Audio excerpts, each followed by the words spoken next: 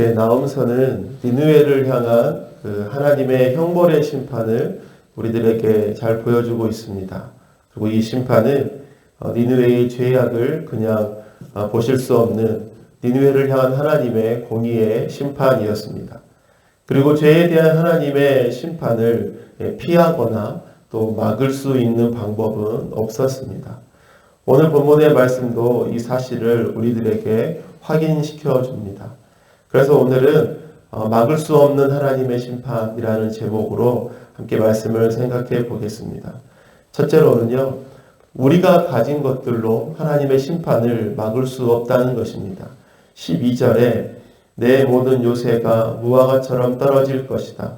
흔들기만 하면 먹을 이의 입에 떨어지는 처음 익은 무화과처럼 될 것이다. 하나님은 니느웨를 향한 하나님의 심판을 작정하셨습니다.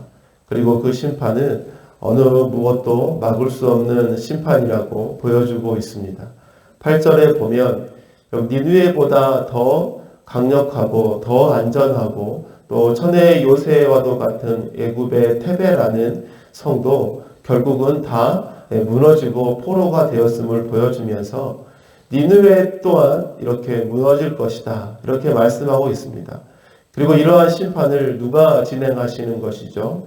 사람이 아닌 하나님께서 행하시는 심판이기에 결코 무엇도 하나님의 심판을 막을 수 없다는 것입니다. 특히 오늘 본문에서 계속해서 보여주고 있는 것이 무엇입니까?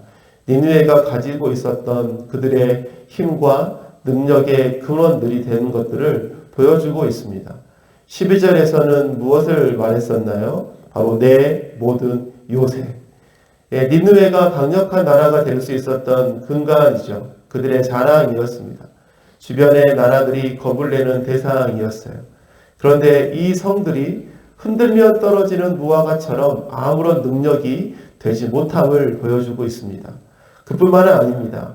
더 읽어 내려가시면 13절의 말씀을 보면 너의 군인들을 보아라, 이렇게 말씀하고 있습니다.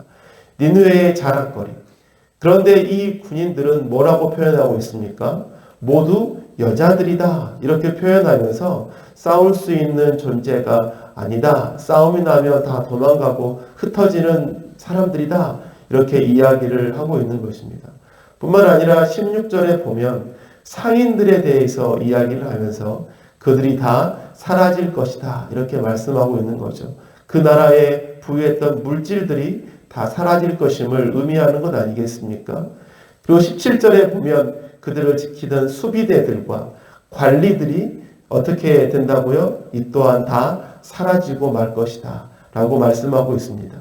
결국 니느웨가 자랑하는 것들인 그들의 강력한 요새, 강력한 군사들, 풍부한 돈과 물질, 그리고 수많은 지식층과 지도자들이 다 한순간에 무너지고 사라지게 될 것을 보여주고 있습니다.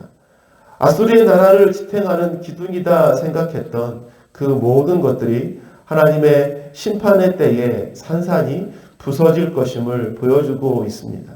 결코 그들이 가진 것으로 하나님의 뜻과 심판을 막을 수 없다는 것을 보여주고 있는 것이죠. 여러분, 우리가 살아가는 이 땅에 수많은 사람들이 여러분 이런 것들을 얻기 위해서 살아가지 않습니까? 더 많은 재산을 모으고 더 많은 집을 갖고 싶어하고 더 많은 힘과 더 많은 지식과 권력을 가지고 싶어합니다. 그러나 그 모든 것들을 넘치도록 갖는다고 하여도 이것들이 하나님의 말씀의 법을 벗어난 인생을 구원해 주지는 못합니다. 하나님의 언약을 벗어난 인생들에게 참된 생명을 주지 못하는 것입니다. 결국 이 땅의 모든 사람들은 많이 가진 자나 못 가진 자나 이런 동일한 조건을 갖는 것이죠. 동일한 기준을 적용받게 되는 것입니다. 바로 우리에게 죄가 있느냐 없느냐, 이 기준뿐인 것입니다. 아무리 많은 힘과 능력과 권력과 지식을 가진 사람이라고 하여도 이 땅에서의 죄의 문제를 해결하지 못한 사람들은 철저한 형벌의 심판을 받게 되는 것입니다. 그들의 재력이, 그들의 지식이, 그들의 힘과 권세가 결코 하나님의 심판을 막아줄 수 없는 것입니다.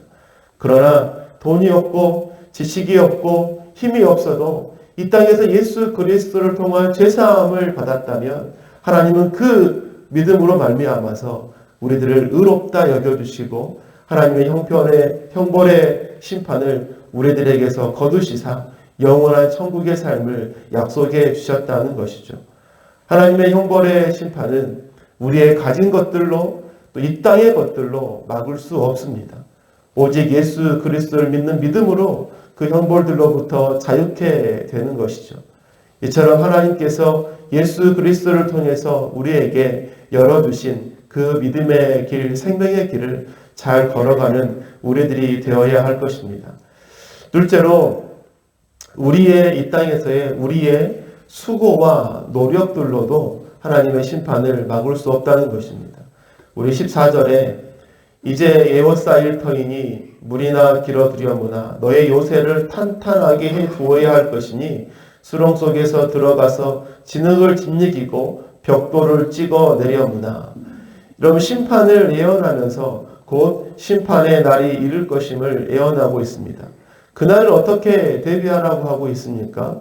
요새를 탄탄하게 하고 벽돌을 찍어서 더 튼튼하게 성을 다듬어라고 이렇게 말씀하고 있습니다. 여러분 이렇게 말씀하신 이유가 무엇입니까? 이렇게 잘 대비하고 잘 준비하고 잘 수고하고 노력하면 하나님의 심판을 막을 수 있기 때문입니까? 그렇지 않습니다. 이게 무슨 말씀인가요? 정반대의 말씀이죠. 열심히 성을 쌓고 요새를 수리하고 벽돌을 찍어서 제 아무리 높고 강한 성을 만든다고 하여도 결코 하나님의 심판을 막을 수 없을 것이다. 너희의 수고와 노력들이 아무런 쓸모가 없는 헛수고가 되고 말 것이다. 이것을 말씀해 주고 있는 것입니다. 여러분 이러한 수고와 노력들이 나타내는 것이 무엇인가요? 사람들의 교만이죠. 우리의 열심과 열정과 수고가 하나님의 뜻을 꺾을 수 있다는 생각입니다.